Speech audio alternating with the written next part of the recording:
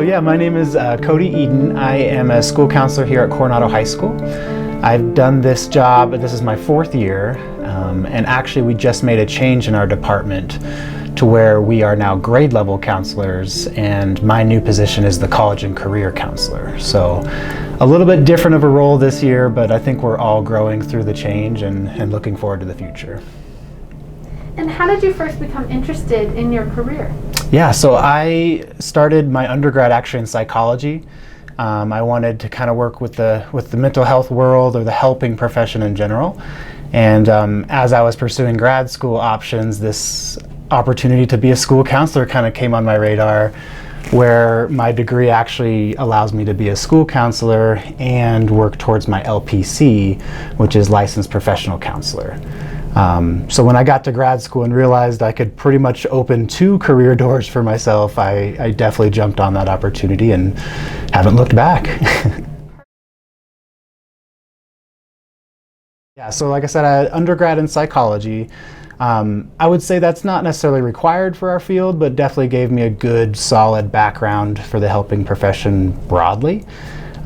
So my undergraduate degree was in psychology, and the master's work that I mentioned is counseling and human services.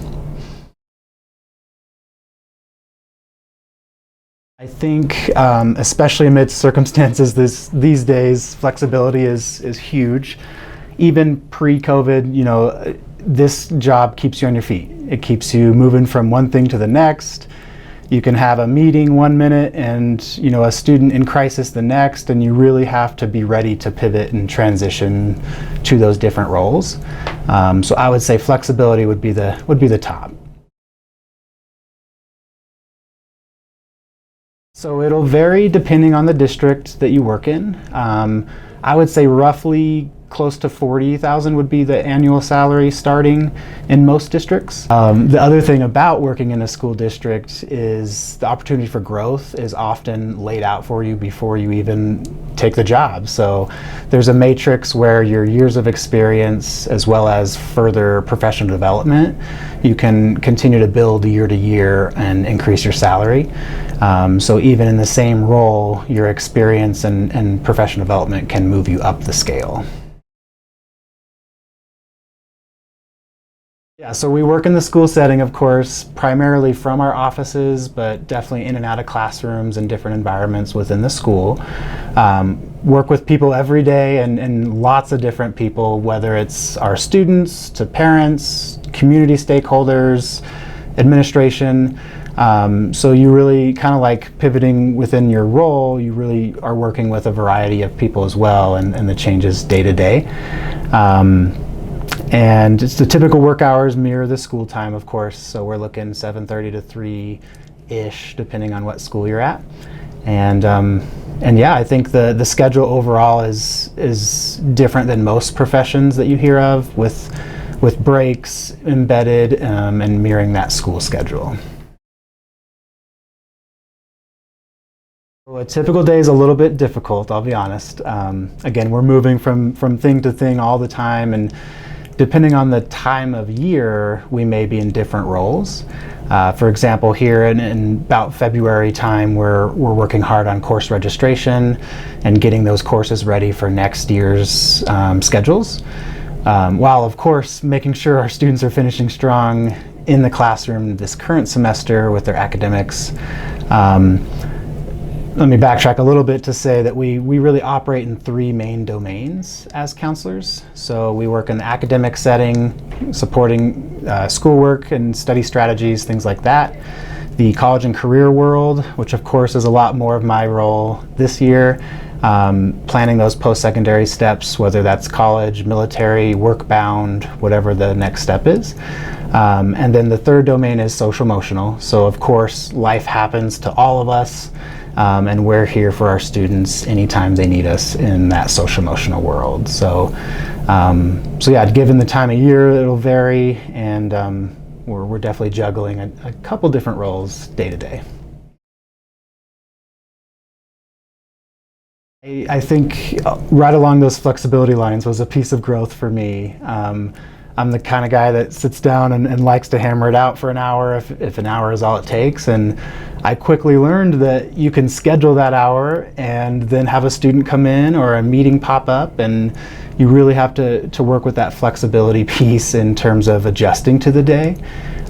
So that's probably been my biggest challenge for me personally, is adapting and being ready to shift gears when needed, even if you have that grand plan on your schedule scheduled out. Of course, the benefits, I love seeing those next steps develop for students, which is why this new role as College Career is perfect for me, because I really get to hammer out, all right, what are you interested in? What kinds of opportunities have you considered? And working with students to iron out those next steps and goals. That, of course, the light bulb moment when, oh, I want to be a nurse, or I want to pursue this, or, whatever it is really always a special moment for me. Definitely. As in education in general, the schedule mirroring your potential children's schedule is huge. So my colleagues who are parents, the summer breaks, the holiday breaks, those types of things really, really work well with the family life and schedule. And I think the more involved you are with your child's education or their setting is even bigger of a plus. So definitely a family-friendly schedule. So my favorite aspect, definitely that light bulb moment for students. Often I work with all grade levels, so it's very interesting for me this year to start learning, hey, different years are going to bring different challenges and different questions. So, whether it's a 9th and 10th grader who are just looking to explore any and all things career-wise, to maybe that junior senior who has had a little experience in the work world or in a specific class that pushed them in a certain direction. So I think opening opportunities to further those interests or to check out things like your website that can push them even further to really diving into that next step. And again, when they realize, like, whoa, I think this is exactly for me, that's the moment that I think we all remember. Not only for the student's life, but for our career, like those moments on the hard days to lean back on is like, hey, but remember that positive when so-and-so, realized her next step of becoming a nurse or whatever it is. So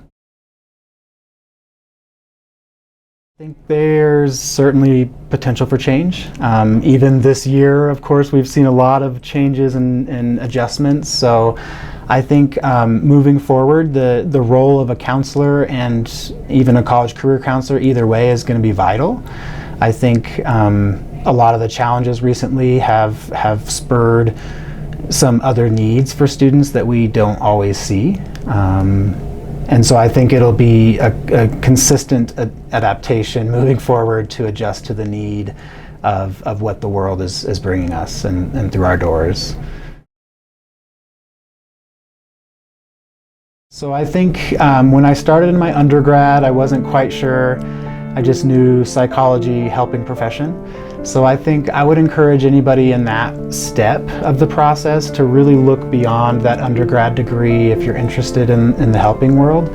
Not that there aren't opportunities, but what I learned quickly after my psych degree is that I wanted to pursue higher education, and I probably could have benefited from some earlier exploration along those lines.